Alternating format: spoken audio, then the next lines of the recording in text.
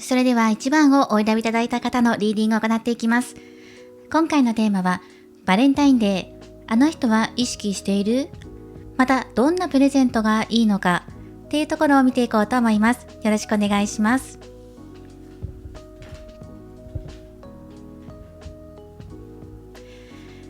まずはこちらのタロットカードから、あの人はバレンタインデー意識していますかっていうところでもらっていきます。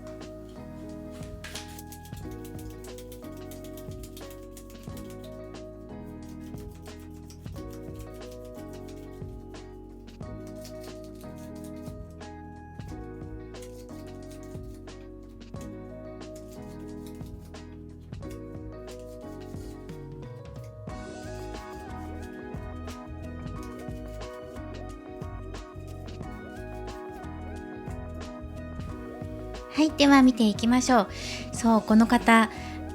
バレンタインデー当日ぐらいには緊張感に包まれるっていうのがあります。穏やかに過ごしているんですが、内心は緊張しながらドキドキしてバレンタインデー過ごすんじゃないかなっていうのが出てきています。そしてそうですね、あなたの方でも恥ずかしがらず行けばいいんじゃないかなっていうのがお相手から目線で、出てきています。でもお相手自分で届けたいっていうのが出てきているので、これはね、その関係性にもよると思います。あなたがチョコを渡す側なのかもらう側なのかによって変わってくるんですが、もしあなたがチョコレートを渡そうって思ってるのであれば、お相手はちゃんとしっかり受け取って自分もお返事しようとかお返ししようとか誠実に答えようっていうところが出てきているので、あなたからもらえたらね、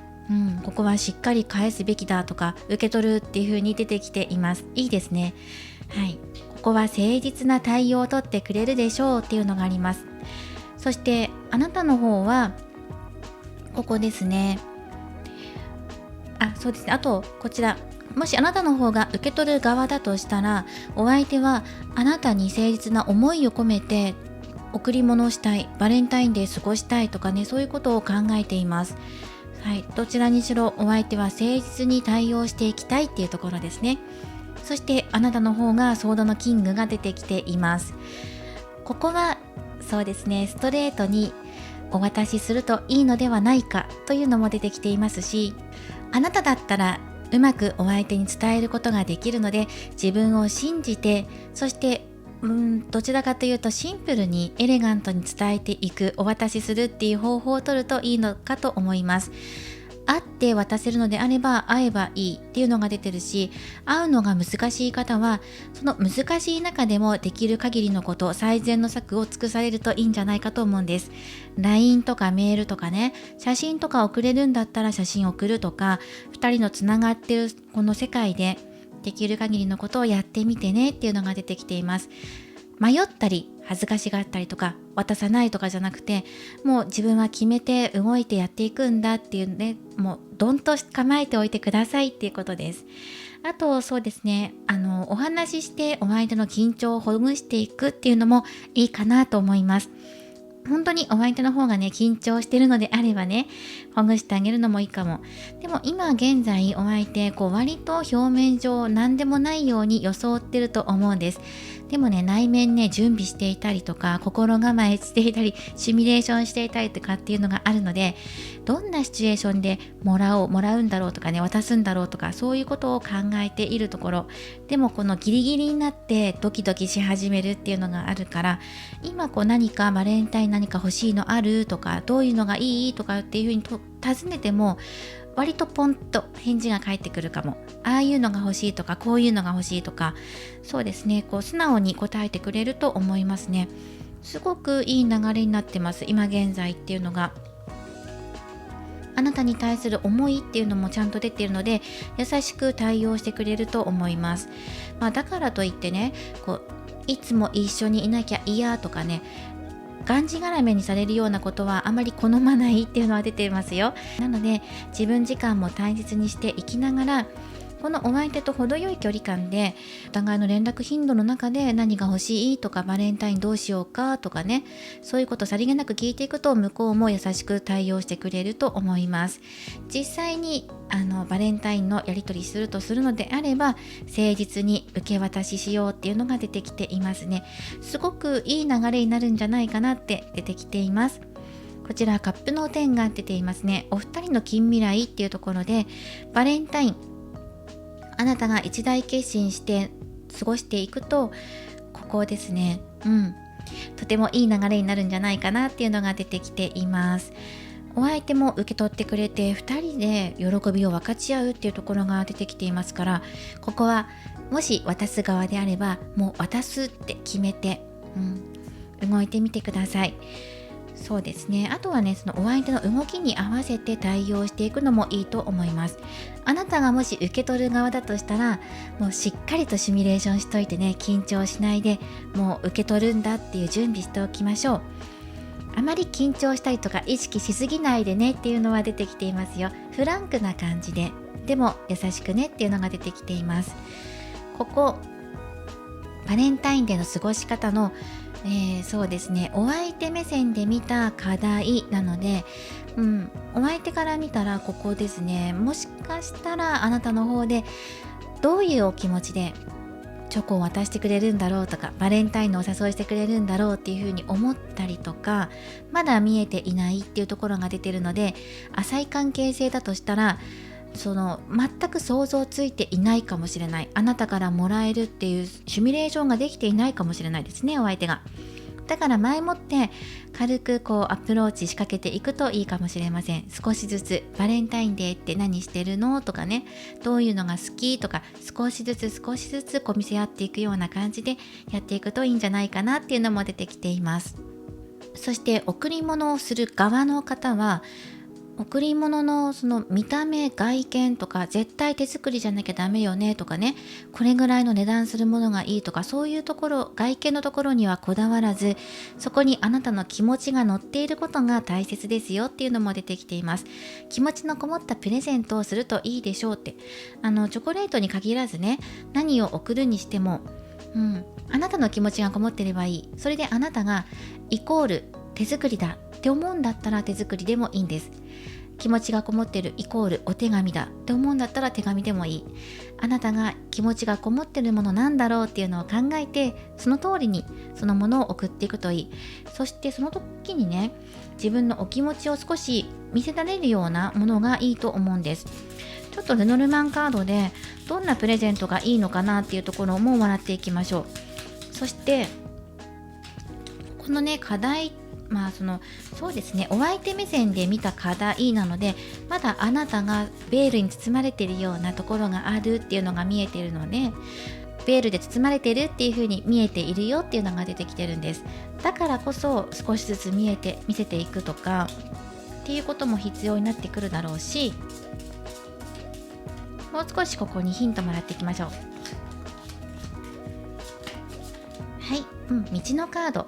もし迷ってることがあるんだったら、もう決めて進んでくださいっていうね、この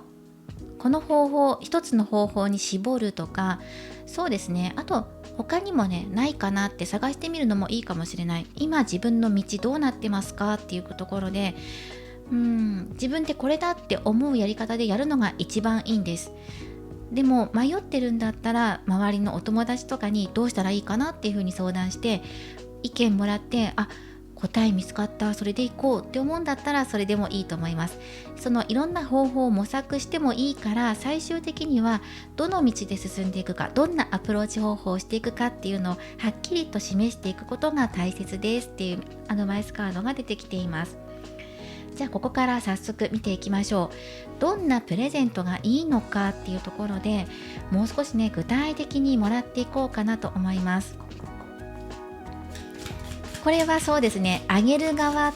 としてのアドバイスになると思うので、受け取る側どうすればいいのってところで、受け取る側の方にもね、最後にアドバイスもらっていきますね。まずはあげる側の方、何を意識すればいいのかっていうことで1枚、そしてオラクルカードやラッキーカラー、ラッキーアイテムっていうのをもらっていきます。でこちらが、あげる側で、受け取る側。受け取る側はここに置いておきますね。そしてその他にオラクルカードもらっていきます。こちらからラッキーカラーとかも出していきますね。モチーフとかも出していくので、このカラーを参考にして包装してみるとかね、リボンの色に取り入れてみるとか、あとはなんかちょっとね、小技を聞かせてみるとか、モチーフも出てきますので参考にしてみてください。はい、こちらね、2枚もらっていきましょう。このラッキーカラーとかラッキーモチーフはもらう側の人も取り入れてみてください。意識して過ごしてみるとかね、ここのあたりケアしていくといいよっていうところで、まずそのモチーフとして鳥と、あと瞳、目の形っていうのが出てくるから、今目が疲れている方は眼精疲労を取り除くとかね、まずそこが入ってきます。そしてモチーフとして何か贈り物を贈るのであれば、鳥柄っていうのもいいと思うんですよね。羽の形とかね、鳥のモチーフのものもいいと思うんですけど、そういうモチーフのプレゼントとかね、ハンカチとか包装紙とかもいいと思うんですが、あと鳥のねアクセサリー、羽のアクセサリーとかね、そういうのもいいと思うんですけど、一番の形的にはこっちの形かなと思います。ひし形のようになっているもの、それはお菓子でもいいし、プレゼント、アクセサリーとか小物とかでもいいんですが、このひし形のタイプっていうものを意識してみてください。これもいいですね。ではあげる側、そしてラッキーカラーは水色と少しねベージュがかったピンクですかね、くすみカラーのピンクっていう風に捉えてください。そうですね。ではラッキーナンバーは469です。この数字も参考にしてください。で、そうですね、あと羽、もいいしね。あとあれかな、棒状になってるものもいいと思います。ポッキーとか、お菓子で言うんだったらね、あとペンだったりとかっていうのもラッキーモチーフとして入ってきます。で、ペンタクル8が入ってきました。あげる側の人のアドバイスなので、毎日使うものとか、このお相手ね、プレゼントするお相手のお仕事の役に立つようなもの、この方がデスクワークしてるんだったら文房具をプレゼントでつけるとかね、チョコレートと一緒に渡すとか、この人の毎日の生活の役に立つようなもので、お仕事に関わるものだったらなおよしなんですが、そうじゃなくて趣味としてお家のインテリアとして毎日眺めてもらうものでもいいと思います。日々ね、この方の目に留まるようなものを一緒にプレゼントするといいと思うし、あなた自身も毎日積み重ねていくことっていうのが大切になってくるので、だから何かプレゼントしようと思っても日々積み重ねて作り上げていく手作りのものでもいいと思うんですよ。そこのあたりはお好きなところで取っていってください。いや、私は手作りちょっとできないから買うのがいいっていう方は、毎日探してね、こう歩いて出歩いて探して求めていくっていうのもいいと思うし、それぞれ自分に得意な分野として取り入れてください。あとこちらのカードは、停滞期を乗り越えるとかっていうような意味もあるので、刺激のあるものとかを差し上げるとかね、そういうのもいいと思います。毎日の日々お相手が過ごしている生活圏内の中で、例えばキャンドルだったりとかインテリアでもいいんですけど、それを置くことによって毎日の日々に彩りが出るようなものとかでもいいと思いますし、物とかね、インテリアとかじゃなくて食べ物とかでもいいと思うんですよね。初めて食べる味だとかね、新商品だとかね、そういうのもいいと思います。その他にも、アドバイスもらっていきましょう。またね、ルノルマンからもらっていきます。あと羽ね、お祝いするっていうカードも入ってるので、お相手を褒めるとか、持ち上げるような言葉とかだったりとか、または物でもいいですね。形として分かるようなもの、いつも頑張ってるね、お疲れ様とかって言いながら何かをお渡しするとかでもいいと思うし、お相手が頑張ったご褒美みたいなものでピンとくる方はそのものをあげるとか。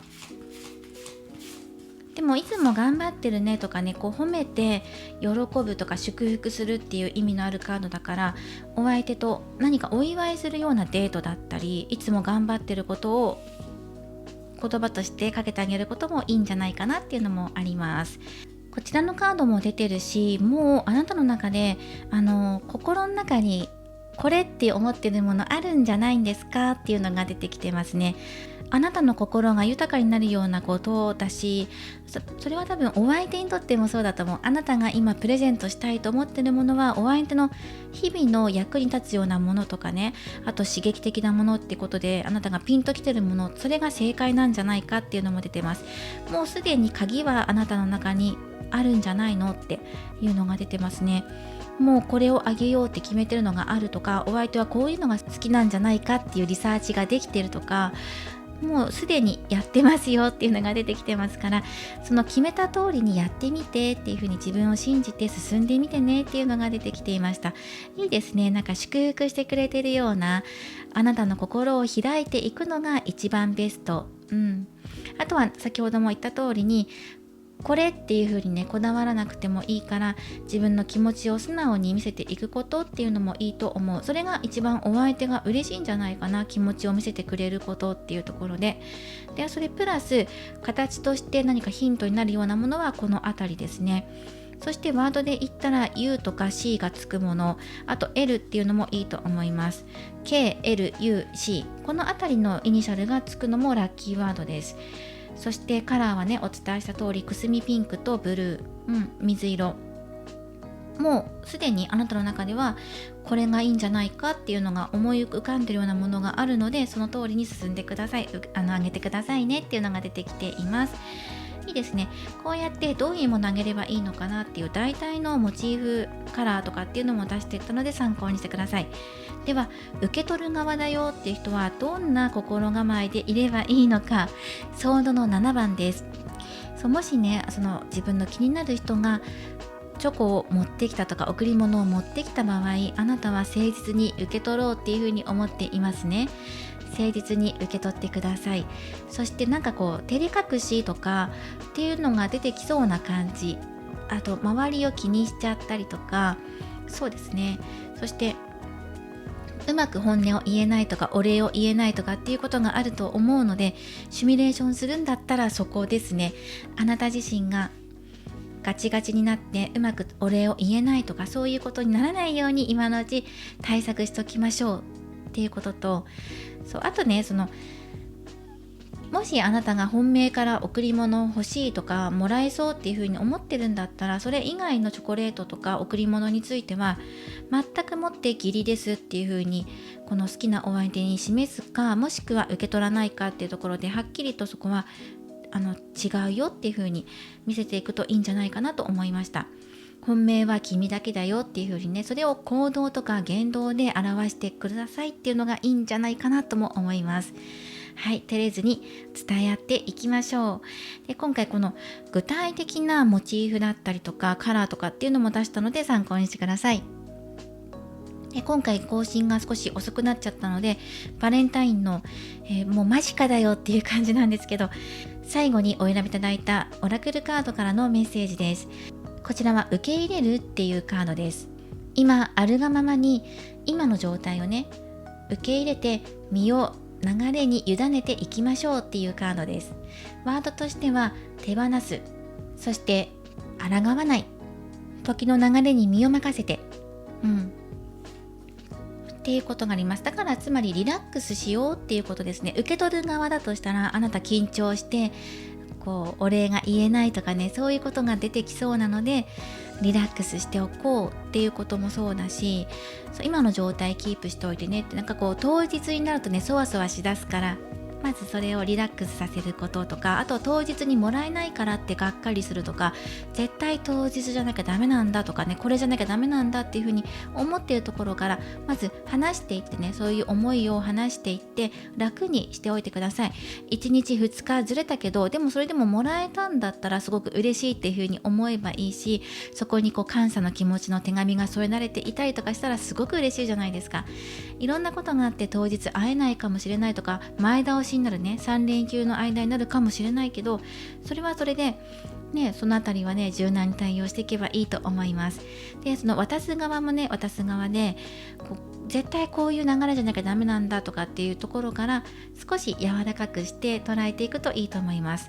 その上げる側だったらお相手が今ゆったりした状態でいるので、その流れですよね、フローですよね、流れに合わせてあなたもゆったりと構えているのがいいんじゃないかなっていうのが出てきていました。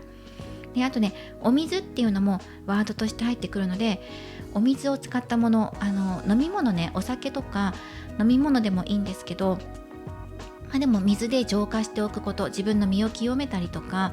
何かプレゼントする時もお水を使ったもの、例えば植物とかね、お水を与えていくものなので、そういうものをちょっとしたものをプレゼントするっていうのもいいかもしれません。こちらもヒントとして取り入れてみてください。そう、なんかね、育てるっていうのもワードとして入っていました。今回はバレンタイン、あの人は意識しているっていうところをテーマで見ていったんですが、受け取る側のお相手だとしたらめっちゃ意識してると思います。はい。なので、そしてどんなプレゼントを送ればいいのかっていうのも見ていきましたので、ぜひ取り入れてみてください。これからもリーディング動画を投稿していきますので、高評価やコメント、そしてチャンネル登録をよろしくお願いします。ではまた次回の動画でお会いしましょう。最後までご覧いただきありがとうございました。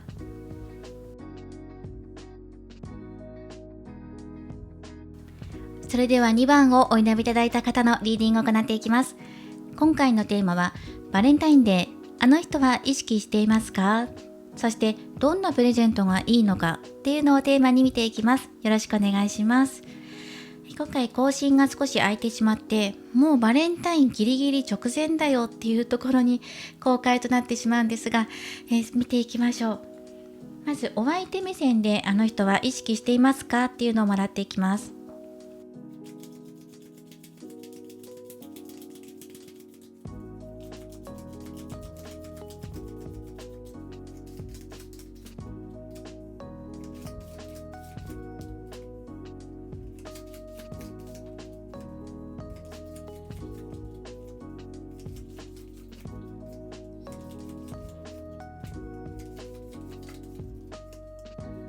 はい、こちらからもらっていきます。そのお相手目線で見ると、意識してるかどうか、めっちゃ意識してるっていうのが出てきてます。もう今まさに、今もね、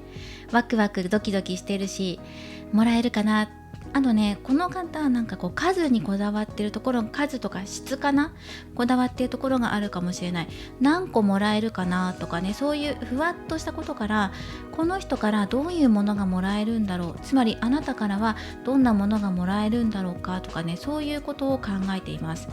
これはそのあげる側なのか、あなたが受け取る側なのかによって変わってくるんですが、つまりはお相手が受け取る側なのか、お相手からあなたにあげるのかっていうことの、その関係性によって変わってくるんですけど、でもこの人ね、ワクワクして計画練ってあなたにあげようと思っていたりとか、あと逆の立場だったらワクワクして期待して待ってるよっていうのが出てきています。前向きに捉えてきていて、こうそわそわしてる、こうもらえるかなとかね、そういうふわっとした期待感とか、そういうところですね、待っています。あとなんかこだわってるとしたら、誰からもらえるんだろうとか、あとあなたは誰にあげるんだろうとか、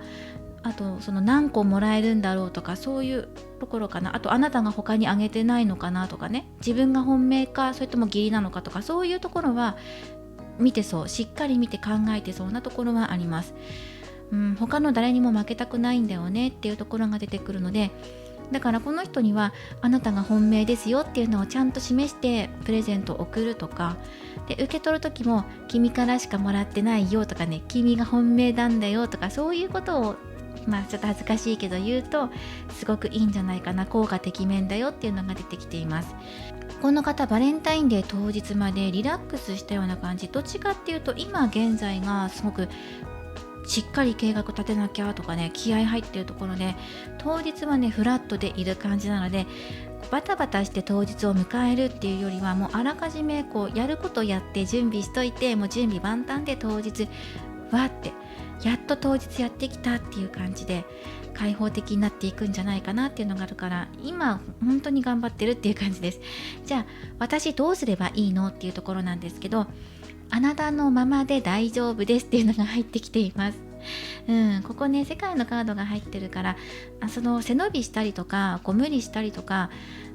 多少はあるかもしれないですよ。このお相手と会うためにね、予定を合わせるとか、そういうことは必要。根回しすることもあるでしょうしね。何をあげようかなとか、リサーチしたりとか、準備したりとか、そういうこともあるんだけど、そういう過程も含めて楽しいよねっていうのが入ってくるんですね。思いっきり楽しんでくださいって。家庭ですらも楽しむし、当日も楽しく過ごしましょうっていうのが入ってきています。だからいいんじゃないかなと思うんですね。このままで大丈夫、やる気に満ち溢れて楽しく過ごすのが一番だよっていうのが入ってきます。お相手の方がね、このもらう側だとしたら個数を気にかけていたり、誰から何をもらえるかとか、自分は本命なのかどうなのかってところを見てるような感じがするから、じゃあそういうところ不安なのかな、だとしたらあなたはそのまま誠実に答えていけばいいし、もしあなたがもらう側だったら、お相手があなたがね、他にももらう人いるんじゃないかとか、あれこれ考えてるかもしれないからね、そのあたりも安心させるような言葉をかけてあげるといいんじゃないかと思います。では早速アドバイスカードもらっていきましょう。でもね、すごくワクワクしてるよっていうのが出てきてるし、準備してるってことは、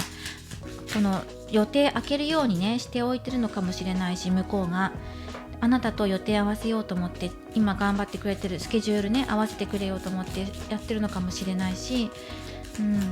楽しい日を過ごせるんじゃないかなと思います。それはね、2人でデートする日っていう風に捉えてください。だからバレンタイン当日に会えない、だけどその次の日になるかもしれないし、その前の3連休になるかもしれないんだけど、その2人にとってね、プレゼントの受け渡しをする日イコールバレンタインっていう風に捉えてください。だからその日当日はすごく楽しく過ごせると思います。ではどんなプレゼントがいいのっていうことで、プレゼントのラッキーモチーフとかね、カラーとかね、そういうのも出していきます。まずはあなたがプレゼントする側だった場合、1枚アドバイスと、あと受け取る側、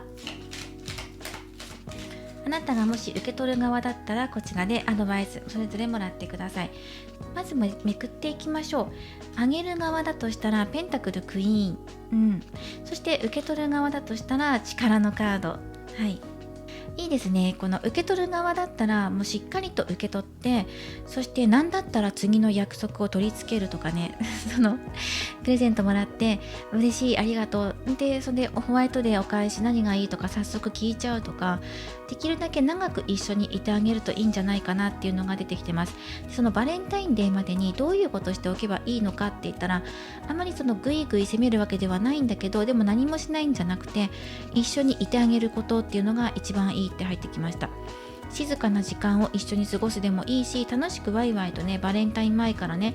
賑やかにやり取りしてもいいし、今の2人の関係性で今穏やかに仲良く過ごせるようなことを意識されるといいと思います。関係性によってもね違いますもんね。恋人同士とかね、片思いとかによっても変わってくるけど、楽しく過ごすのが一番。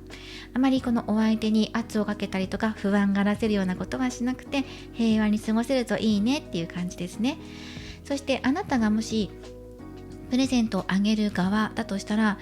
じっくりとね何か作り上げる、練り込んでいくようなものがいいっていうのが出てくるんですね。これ後からラッキーカラーとかね、そういうもの出してくるので、そのヒントになるようなものと取り入れていきながらねやってください。愛情を込めるものもいいと思いますし、あとそうだな、お相手にあげるとするんだったら、優しさっていうのはもちろんそうなんですけど、家庭的な面をアピールしていくのがいいなっていうのが出てくるので、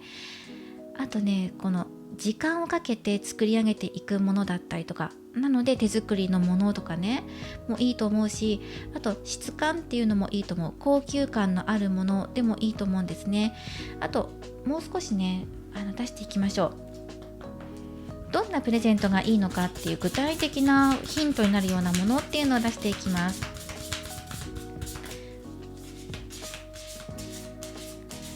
具体的なヒントになるようなもの、そしてモチーフももらっていきましょう。まず許しのカードが出てきています。自分自身を優しく包み込むこともそうだし、お相手にもそうですね。優しく接していきましょうっていうことで、あなたが優しくないとかじゃないですよ。より温かく優しくっていうのをイメージするといいと思います。そしてそうだな、ちらからねラッキーカラーと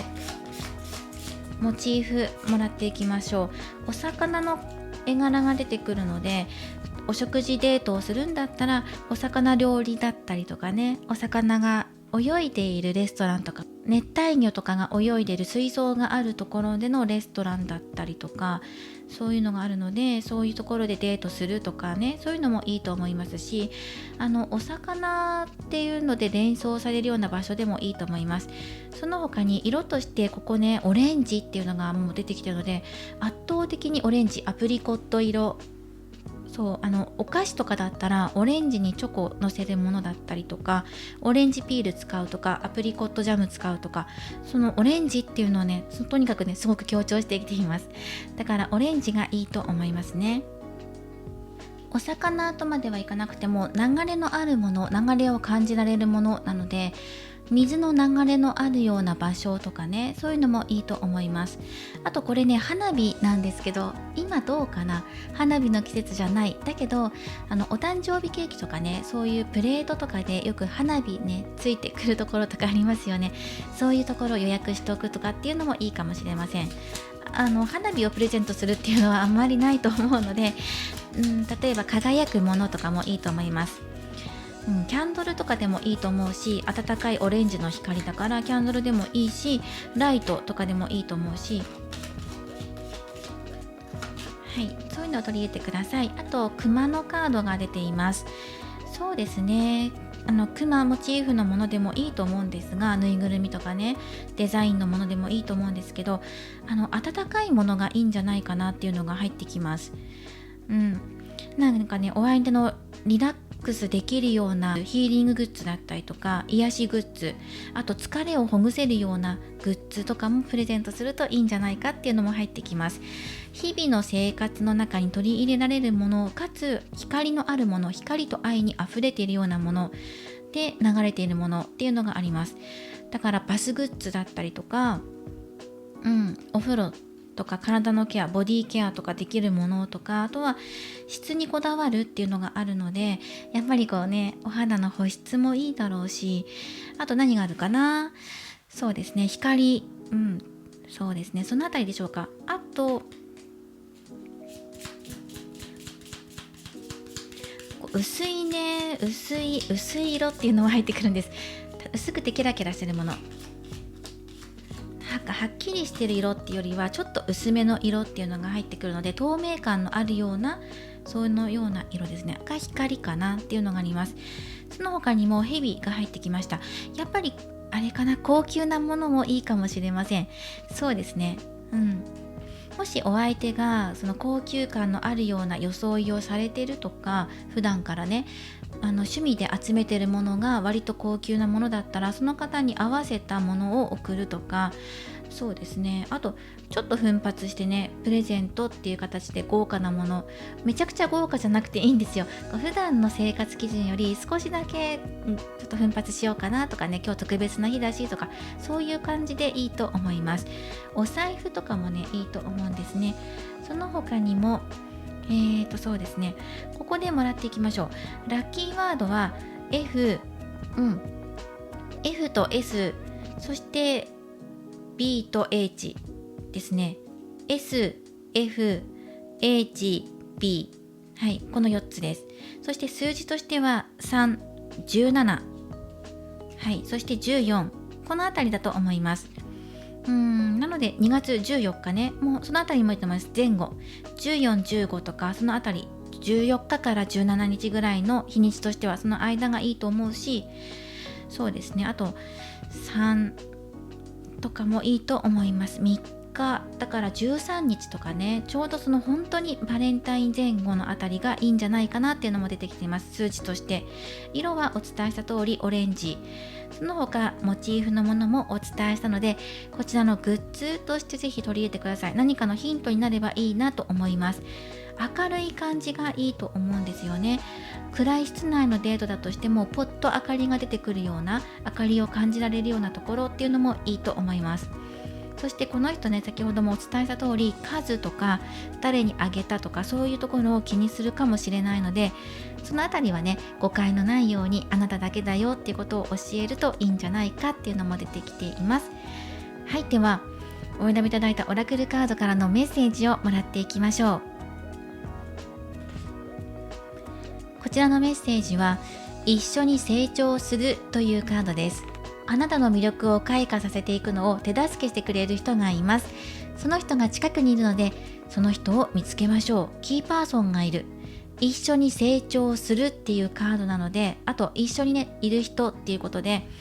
お友達とか、あとお相手ともね、今友達のように楽しく付き合ってますっていう方もいると思う。その方はもうお相手がそのまま当てはまってくるんじゃないかなと思います。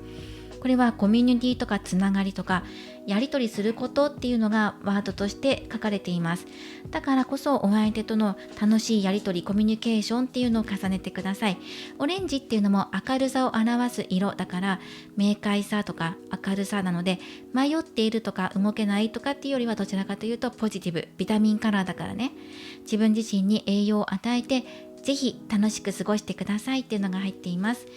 とてもね、いい日になるんじゃないかと思うんですね。お相手と過ごす時間、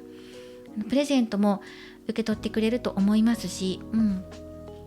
この方のテンションが上がると思います。なので会える時に会ってお話しするなり、プレゼントを渡すなり、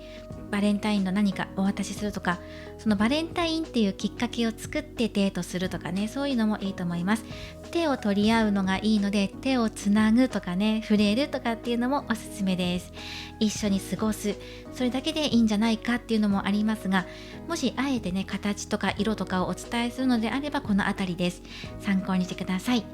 今回は、あの人はバレンタインデー意識していますかっていうのをテーマに見ていったんですが、意識しています。現在進行形で考え事をしていて計画を立てているでしょう。期待しています。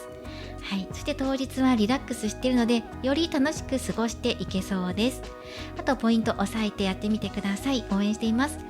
これからもリーディング動画を投稿していきますので、高評価やコメント、そしてチャンネル登録をよろしくお願いします。ではまた次回の動画でお会いしましょう。最後までご覧いただきありがとうございました。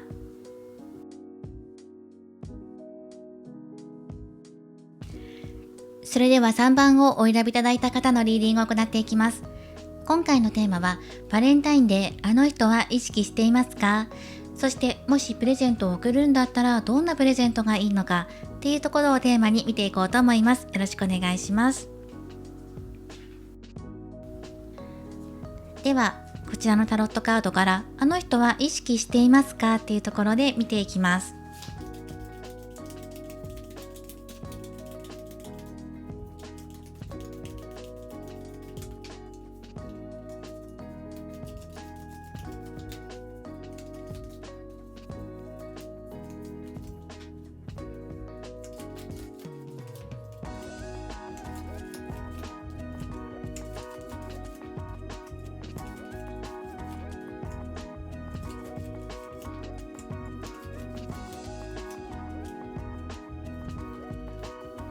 はい、それでは見ていきましょう。今そのお相手、バレンタインデー意識していますかっていうところで、意識はしていると思うんですけど、気になるのが当日というか、2人が会おうとかプレゼントを受け渡ししようっていう時に、少しお互いモヤモヤするかもっていうのが出てきています。そうですね、お相手としては誠実に向き合っていきたいし、愛情を育んでいきたいとか、そういうところを感じているんですけど、いざそのプレゼント渡すか渡さないかっていうところでちょっとね揉めたりとか、その会う日が延期になったりとか、何かありそうだなっていうのは出てきています。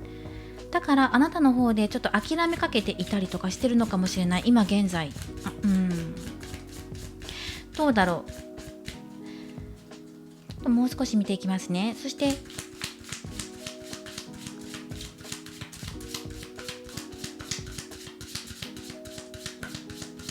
できるだけその制限かけずにね、ここ、束縛し合わないとか、絶対この日遅刻厳禁とかね、そういうことじゃなくて、もうちょっと緩くしてもいいし、自分自身リラックスしてっていう感じで入ってきます。あなたが緊張してるのかもしれないし、お相手かもしれないんだけど、そうですね、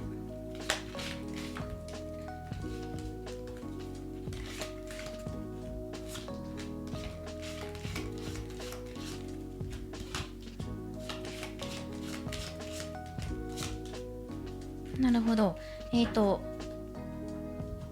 きとかって告白を考えていたり、告白期待していたりとかっていうのが入ってるのかなと思います。やっぱり気持ちの感情の揺れ、好き具合とかね、恋人だったら私たちって愛し合ってるよね。でもなんでじゃあデートできないのとか、ごめんよってちょっと延期になっちゃってとかね、お相手の方から見ても不安なんですよ。バレンタイン当日あたりっていうのは、それまでは順調に関係性育んできていたんだけど、このあたりになってお相手の方でもね、なんか譲れないことがあるとか、不安だっていうところが出てきていて、あなたの方でもなんか仲良くやっていきたいっていうのは根本的にお互い変わらないんだけど、今このタイミングちょっとあんまりうまくいかないっていうか、ちぐはぐしちゃう。なぜかって言ったら、決めたいと思ってるのに決められないとか、それはデートの日かもしれないし、告白がうまく決まらないのかもしれないし、期待していた通りに物事が運ばないことによる焦りや不安っていうのが出てきています。それで意見が対立しちゃうとか、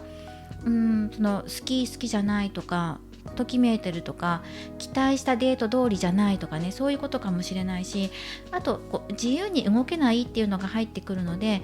急にね仕事が入ってきちゃったりとか、何かあってデートがダメになっちゃったとか、逆に勇気がなくて誘えないとかね、そういう人もいるかもしれない。でもそれは好きだっていう気持ちが大きく関係してきてるよっていうのが出てきています。本当は好きなんだけど、好きっていうのを言わないで突っぱねちゃう、意地を張っちゃうとか、ちょっと揉めたから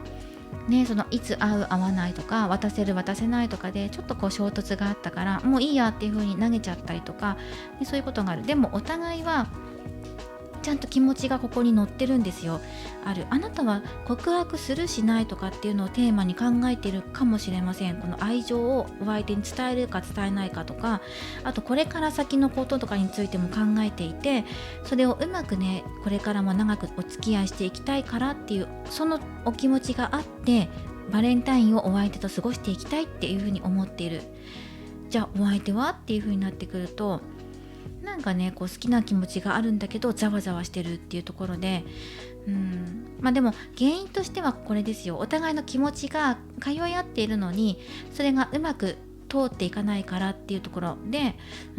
それでモヤモヤしたりとか、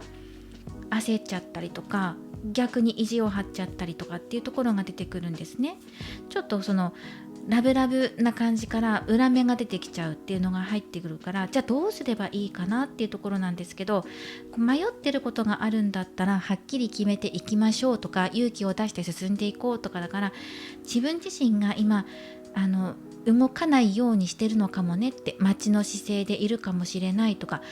気になるんだったら自分から動いてみようっていうのもそうだし、今その自分たちの道を切り開いていくのはお相手とあなたの道だから、2人で切り開いていく必要があるよというのも伝えてきてくれています。掴み取っていくんだっていうところでね、まず落ち着いて冷静になって物事考えていきましょう。今は多分順調に進んでると思うので、これから少し先の未来っていうところなんですね。と言ってももうバレンタインまでもう間近なんですけど、バレンタイン当日のあたりぐらいにはちょっとモヤモヤっていうのが出てくるので、焦りとかね出てくるので、そこをうまくコントロールできればいいんだけど、でも自分だけじゃなくてお相手のことも関わってくるから、自分が安定していてもお相手が不安がってるかもしれないし、だからその2人のバランスをどううまく取ればいいのっていうところもあるでしょ。それはお相手と自分自身両方信じてくださいっていうことで、多分この3番をお選びいただいた方っていうのはお相手と仲を育まれている方だと思うんですね。恋人関係だったりお友達だったりとか、職場のお付き合いだとしても、それぞれの人間性を理解し合えるような仲になっていると思うんですね。だから今まで育んできた仲を信じてください。お相手の人となりっていうのを信じてください。そして自分自身もね、自信持ってって、どうせ自分なんてとかね、自分のあげるものなんて喜んでもらえないんじゃないかとか、受け取ってくれないんじゃないかとか、そういうこと思わずにね、リラックスして取り組んでいきましょう。本当はね、お気持ちお二人とも揃ってる、あるからね。告白したいのにできないとかね、そういうことなのかな。中にはプロポーズとかね、長くずっとね、これから付き合いしていきたいとか、そういうことも考えてる方もいるかもしれない。一方ではね、ご家族のことでそのデートが延期になっちゃうとかね、そういう方もいるかもしれないんだけど、でもね、そのお相手のお気持ちとか自分の気持ちとか、そういうところを見失わないようにっていうのが出てきています。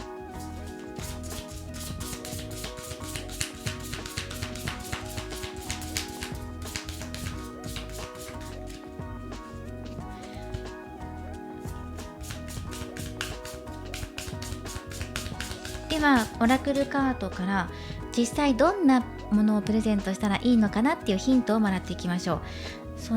不安とか焦りとか揺らぐようなことがもしあったとしても、信じて進んでいく、その愛が勝つみたいな、心配しなくてもいいよっていうことをこのカードが教えてくれてる気がするんですよね。信じて愛を貫いていけば報われるっていう風にね、捉えてねっていうのが出てるかな。お相手が年下さんっていう場合もあるかもしれないんだけど、だから年が下だからってどうこうってわけではないんだけど、ちょっとこの時期ね、お相手本当にこのつい最近の未来ですよ、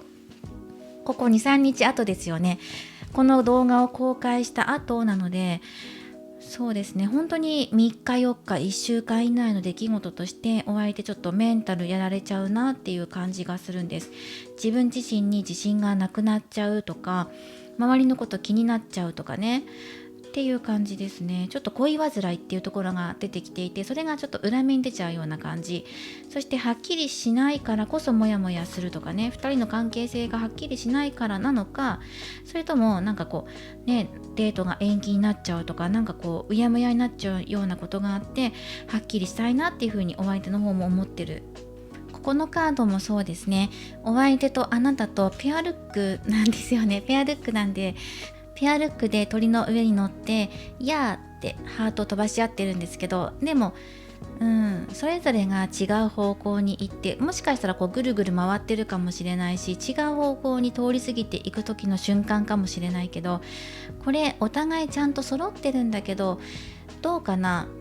2人の気持ちを信じてっていうことはこのカードは教えてきてくれてるんですけど、当日すれ違っちゃうようなことがあるから不安とかね、そういうことが起きちゃう、動けないとかね、そういうことが出てくるから、対策しっかりとっておくことっていうのもいいと思うんですね。あらかじめ前日によし何もないなって確認しておくことだったりとか、また相手とね待ち合わせ時間を確認し合ったりとか、できるだけのことを対策しておきましょうっていうこともそう。向こうも悪い気していないので、ドキドキ感っていうのをお互い持ってるから、気持ちちゃんとハート飛ばし合ってるんですよ。何かがあってこの当日うまくいかないとか、はっきりしないこと、そこをはっきりさせたいとかね、そういうことも出てくるので、そのあたりはね、どうしようって思うかもしれないけど、どうしようって思った時ほど信じて進んでいくこと、自分から進んでもいいって。あとお相手が決めてね進んでくれるかもしれないから、それでもいいっていう風に出てきています。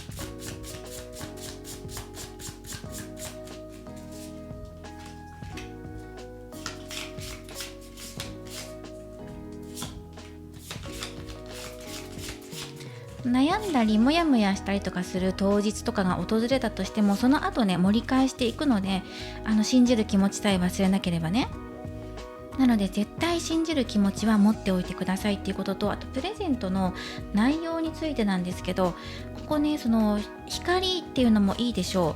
う。あとジャンピングではあるんですが、瞳のカード、ここですね、このカードが入ってきてるので、ひし形のものとか、あと目の疲れを取ったりとか、あと目がクリアになるようなこと、例えばコンタクトつけてる方だったらコンタクト用品だったりとかね、いうのもいいと思います。あと日々の疲れを癒してあげられるような言葉とか時間とかを取るといいと思います。お相手がもし仕事が忙しい方だとしたら、お仕事お疲れ様とか、あと最近ね忙しかったんだっていう方は、忙しかったよねとか、落ち着いてリラックスしてゆっくりしていこうとか、お茶していこうとか、そういう感じでお誘いしていくといいと思います。ここね、水のカードが入っています。水分不足にはならないように注意っていうのはあります。それはあなた自身へのメッセージ。そしてお相手と楽しくそのお茶をしたりお酒を飲んだりっていうのもいいと思いますし、水を使ったものだから水のある場所に行くっていうのもいいと思います。ラッキーカラーとしてはピンク、そして白ですね。この2色がいいと思います。白かピンク、そしてここジャンピングで水色も出てきたので、水色もいいんですけど、この2色がメインで、こっちはサブで取り入れてください。光のあるもの、もしくはこれ三角形のもの、こっちもねひし形っていうのがあるので、ちょっとねとんがってるようなものがいいと思います。何かプレゼントするんだったらアクセサリーでもいいし、こういうモチーフのものでもいいと思います。一番はねお水だったり光っていうのがあるので、このあたりのワードを取り入れてみてください。その他にもデートできるんだったら室内だったりお家の中、そしてリラックスできる場所がいいっていうのがあります。室内でお相手がゆっくりと過ごせるようなところ、例えばプラネタリウムだったりとか映画館だったりとか、そういうのもいいと思います。お家にお招きできるよっていう方はお家でもいいと思いますね。これもぜひ取り入れてください。あと手作りのものっていうのが入ってきます。チョコレートでもいいし、何か手紙でもいいし、あなたの手で作れるようなものを意識して取り入れてください。それがいいんじゃないかなっていうのも入ってきます。もちろんこれは無理強いじゃないから、いや手作りちょっと苦手でっていう方は買ってもいいんですよ。いいんだけど、手紙とかだったらね手作りできるので、あとラッピングだけは自分の手でやってみるとかね、そういうのがいいと思います。あとはあなたがチョコをあげる側なのか受け取る側なのかによっても変わってきますよね。で受け取る側の方々は今言ったワードを今の生活に取り入れておいて、幸運の引き寄せだっていう風に思ってみてください。はい、であとはあげる側受け取る側によってそれぞれアドバイスもらっていきます。まずはあげる側、そして受け取る側、生活の中に取り入れられるようなものを添えていくといいんじゃないかっていうのが出てきています。あとそのお相手のお仕事として今どうでしょう。仕事や生活において今何か勉強しているとか資格取ろうとしているとか、まさに今仕事頑張ってる最中ですよっていう方だとしたら、そのお相手にぴったりと合うようなもの、かつ寄り添っていけるようなものをプレゼントするといいと思います。あと大人っぽいものもいいかもしれません。実年齢よりも少し大人びたものをプレゼントするとか、年齢関係なくねエレガントで上品なものとか質感の良いものもいいと思います。いいですね、これはいいと思います。あまり豪華じゃなくてもいいのでシンプルかつ品のあるものもいいと思う。もともとそういうのがお互い好きなんじゃないかなっていうのも出てきてるんですね。あなたの趣味なのかお相手の趣味なのか、どちらかがシンプルかつエレガントなもの、品のあるもの、一点物とかが好きとかね。だからといって派手なものじゃなくてね、シンプルだけどちょっと際立つようなものが好きとかね、そういうのが傾向としてあると思うので、あなたがもしそれが好きだったら、そのあなたのセンスでいいっていう風に出てるんです。多分ね、私が思う限りあなたがそういうセンスをお持ちなんじゃないかなと思ったんです。オリジナリティがすごくあって、でもあなたの選ぶものってセンスが良くて品があるんですよね。なのでそのセンスに従ってプレゼントされるといいと思います。そして受け取る側なんですけど、受け取る側も同じくペンタクルのカードが入ってきています。あなたにとって嬉しいプレゼントっていうのがやってくると思うので、その時にそのまま、受け取るんですけど、受け取る時に少し気の利いたことを言ってあげるとか、受け取り方工夫するとかするといいんじゃないかなっていうのもあります。少し分かりづらいですよね。あなたがもしプレゼントをもらう側だとしたら、持ってくる人、お相手いるじゃないですか。お相手がプレゼントを持ってきたらエスコートしてあげるとか、渡す側が緊張しないように緊張をほぐしてあげるとか、でもらってありがとうって言うんだけど、その場のデート代をおごってあげるとか、思いやりを持ってお相手と接するとか、ただもらいっぱなしじゃなくて、もちろんね、そういう日だからありがたく受け取っていいんだけど、ありがとう、すっごく嬉しいとかっていう言葉にするとかね、プラス後でお返しするねとかね、そういう一言あげるとかね、愛情かけてあげるとか、そういうこともいいと思います。素直に受け取って喜んでっていうところもありますからね、これも参考にしてください。嬉しいものをもらえるんじゃないかな。多分感性が似てると思うんですよね。これそのソウルメイトっていうのもカードのメッセージで入ってくるんです。お揃いのものを着てるでしょ。感性が似ていたりとか、通じやすいものがあるので、センスが似ているとかね、好きなものが似てるとかあると思うので、そうかもって思ってる方は、このお相手が好きそうだなって思ってるものをあげるとか、あと同じ共通点がある、趣味が一緒だったらそのものをあげるとすごく喜ぶと思います。これもぜひ取り入れてください。そしてイニシャルとしては、C と U と L、 あと W かなと思います。もう一回言いますね。 C と U と L と W です。はい、このあたりですね。そして数字で言えば5番6番、この2つがいいかなと思うので、15日や16日のあたり、あと13日もいいかなと思うんですけど、14、15、16が一番濃厚かな、良い日にちかなと思います。ここも参考にしてください。はい、では、このように見ていきました。ラッキーカラーとかモチーフ、メッセージっていうのもお受け取りください。そしてお選びいただいたオラクルカードからのメッセージです。こちらのカードはアミュレット、お守りですね。あなたの大切なエネルギーをしっかりと守ってください。そしてこちらのカードのメッセージは強さ、そして保護、お守りっていうねワードが入っています。アミュレットっていうのはお守り、自分を守護してくれるお守りのことを表します。それを身につけたりするのも良いでしょう。ここね、絵柄として第三の目が出てきています。第三の目っていうのはあなたの直感を表すところでもあります。あなたのセンスだから、本当にセンスがいいんじゃないかなと思うんですね。タイミングを見るのがうまかったりとか、場の空気を読むのがうまいとか、もともと持っているセンスが良いっていうのがあるので、あなたの選ぶものがピンとこの人にはまるような気がします。だからこそ自分でいいなと思ったものを広げていってください。イメージしたものね、これがいいなと思ったものを実際にプレゼントして喜んだ顔を見ましょ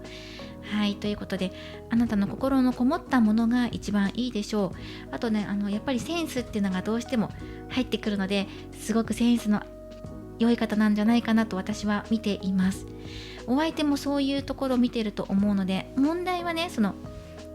当日のあたり、その付近ですね、そのあたりにちょっとお互いがんじがらめになっちゃって、どうしよう、先見えないとかね、中には喧嘩しちゃうとかね、いう方もいるかもしれないんですよね。なんで会えないのとかね、なんでこの日じゃないのとかね、いきなりダメになっちゃったとかね、そういうことあるかもしれないけど、切り抜けていく力ちゃんとあるから、信じる気持ち忘れないでねっていうのが出てきています。ここだけね、押さえていきましょう。で、あとはね、取り入れられるところ、カラーとかね、ワードとかモチーフっていうのは参考程度に取り入れて、あとはあなたの自分自身の感性を信じてください。ここ一番光っています。はい、今回はお相手はバレンタインデー意識していますかっていうところと、どんなプレゼントがいいですかっていうところももらっていきました。あなたのセンス、感性を大切にしてください。これからもリーディング動画を投稿していきますので、高評価やコメント、そしてチャンネル登録をよろしくお願いします。ではまた次回の動画でお会いしましょう。最後までご覧いただきありがとうございました。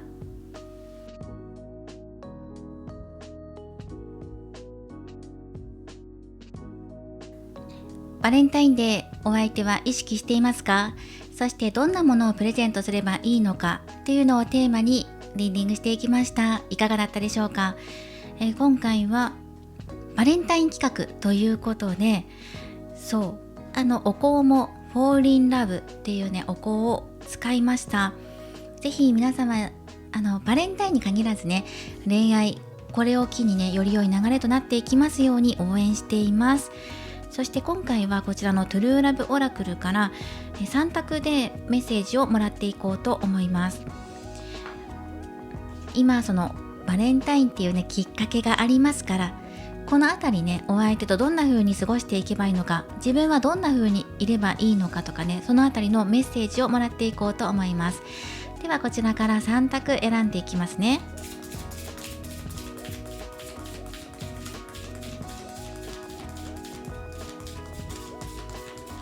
私はバレンタインデーチョコレートを買いました。はい、こちらに今うさぎが乗っている箱が実はチョコレートの箱なんです。そこにまだ中が入っています。まだ開封していないので中身がありますね。この中にチョコが入っています。それを食べるのを楽しみにしております。はい、では見ていきましょう。3択で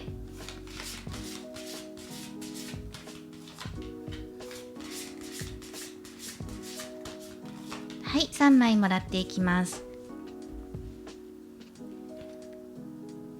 こちらのカードですね。そして今ね、お好きなもの1枚お選びください。今回はね、左から順番にめくっていこうと思います。ではまず、左をお選びいただいた方から、この時期、今の時期ね、お相手とどんな風に過ごしていけばいいのかとか、何かあなたにとって総合的なメッセージになるようなもの、またはね、お相手からどんな動きがあるのかとか、フリーでもらっていきます。お相手とあなたとのフリーメッセージ。はい、エモーショナルフリーダムのカードが入ってきました。自分自身の感情に制限を与えないでいきましょうねっていうのが入ってきます。あなた自身が感情豊かな人なのかもしれません。あなたにとってのメッセージだと思います。自分の感性や大切だって思う気持ち、それを大切に持っていって我慢することなく押し出していきましょう。そのガンガン押し出すとかじゃなくて、多分ね、ふわっとね、優しい方なので、ふわっと溢れるように優しさがにじみ出るかのように、あなたの感情がにじみ出る方なんですね。あなたはこうパワフルな方ってわってエネルギッシュに進んでいくことができるんですけど、あなたは優しくて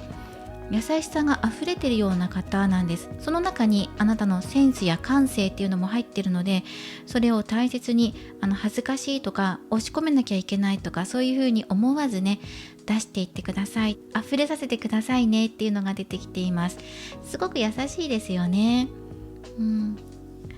とても大切なお気持ちとか、いいなって思ってること、そういうことも溢れていきましょう。多分その中には悲しいなって思うこととか、辛いなって思うこともあると思うんですけど、それも優しさに変えて溢れさせることができる方だと思うんです。自分の中で循環させることができる方だから、今そこに制限かけないでくださいね。自然に過ごしていると辛かったこととか自分自身で解消できる力を持ってるんですよ。もともと浄化する力を持ってるので。だけど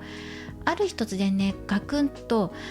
なんかこう自分の中でうまく消化できない時がある時もあるんですよね。そうなってしまうとなんか体調を崩しやすくなったりとか、あと自分自身が感じるんですよ。我慢してるって、今自分我慢してるなっていう風に、なんかこううまく流れていかないなとかね、そう流れが悪いなっていう風に多分感じると思うんです。生活で時間追われてるなって感じたりとか、なんとなく疲れやすいなとかね、そうなんかぼーっとしちゃうとか、そういうところで現れてくると思うので、そういう時って多分あなたは自分の中でうまく変換できていない時、ネガティブなこととか悲しいこととかをうまく流せていない時だと思うので、そういう時にこそね、泣いて発散させるとか、感動する映画を見て涙を流すとかね、思い切り笑えるものを見て笑うとか、そういうことをすることで押し出していける。それがあると、あとはまたいつも通りのあなたに戻ってうまく変換させていくことができるからねっていうのが入っています。だから今自分の中でなんとなく滞ってるなっていうのを感じる方は、あえて感情を押し出すことをやってみてください。泣くとか笑うとかね、思いっきり歌って発散するとかでもいいし、意図的にやることによっていつも通りの流れに戻っていくと思います。では真ん中をお選びいただいた方はすごい。レインボーリバイバー。笑顔を蘇らせるとかそういう意味があります。笑顔が一番いい。そして軽やかにブランコに乗っているので、自分自身の明るい気持ち、開放的になれるようなことをやってみるといいし、お相手と一緒にいる時もできる限り笑ったり笑顔になれるようなこと、楽しいと思えるようなことをするといい。あなた自身が心から楽しいって思えることを一緒にやるといいんじゃないかっていうメッセージも入ってるし、虹ですよね。虹って奇跡の色とかっていう風にも言われています。奇跡を起こす色ね。虹を見ると嬉しいことが訪れるとかね、幸せの前触れだっていう風にも言われてるから、幸運が間もなくやってくるっていうのを明るく待っているっていうのもいいと思うし、今あなたがうまく笑えていないのであれば、リラックスさせてね、素直に笑っていけるようなことを自分自身取り入れていくと、より良い流れになっていくんじゃないかなっていうのも出てきています。制限かけていませんかって、自分自身の中でこれをしちゃいけないとかね、自分はここまでなんだっていう風に何か限度を感じていたりとかしていませんかって、そういうところから取っ払って自分が本当にやりたいことを今味わってくださいっていう風に入ってくるんですね。美味しいものを食べるでもいいし、新しい体験をしに行くね、〇〇教室とか〇〇体験とかに行って新しい気持ち、新鮮な学びを得るとか、そういうことも刺激になっていいでしょう。軽やかに飛び立ってくださいねっていうメッセージが入っています。笑顔で過ごしましょうっていうことですね。そして右をお選びいただいた方です。